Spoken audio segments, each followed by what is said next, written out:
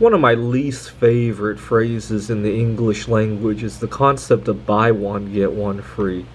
And I knew from an early age that the concept was a scam, that usually the price was, almost always the price was double to make up for the fact that it was buy one, get one free. And I would mentally do the math in my head.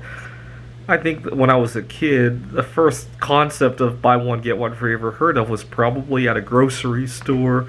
We would see a pack of spaghetti that was $3 and it was buy one, get one free. And in the back of my head, it's just $1.50 a pack, right? I never really fell for it.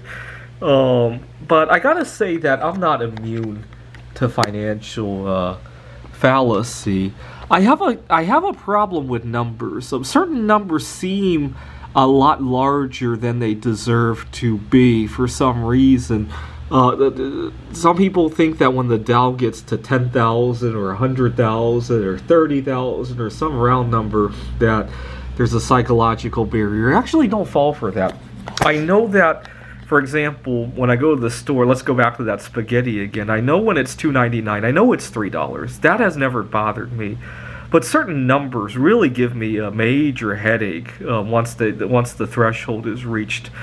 I drive a Mitsubishi Lancer, and I have a rough idea how much gas it takes. Obviously, in the last couple of months, gas prices have gone through the roof.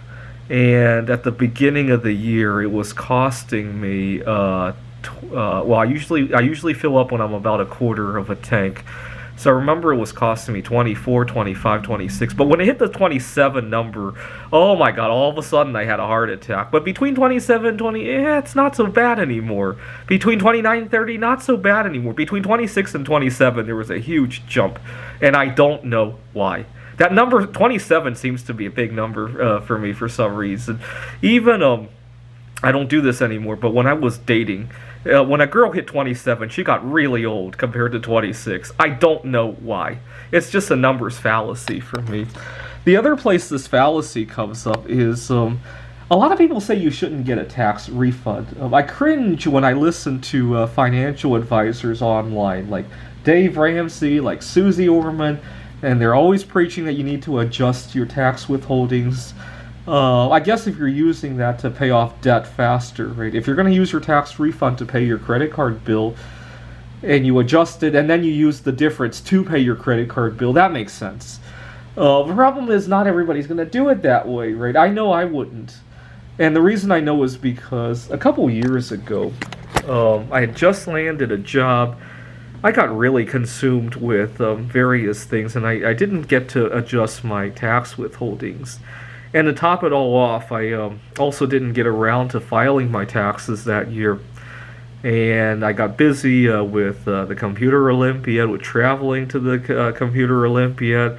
I got consumed about, I used to, like I said in my last video, I used to be quite a player with dating.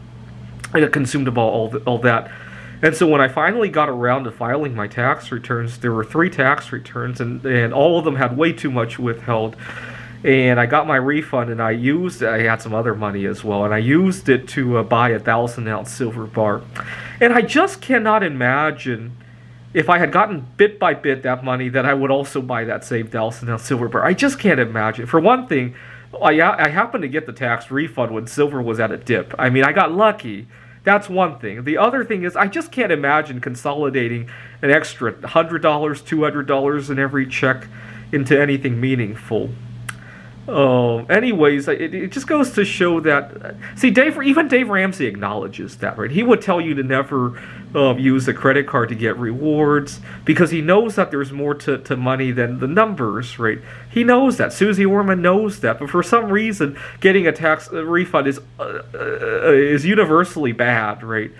Anyways, I'm not immune to financial fallacies myself. I still can't believe why certain numbers jump out at me. It wasn't the only number. I'm trying to think when was the last time I saw it.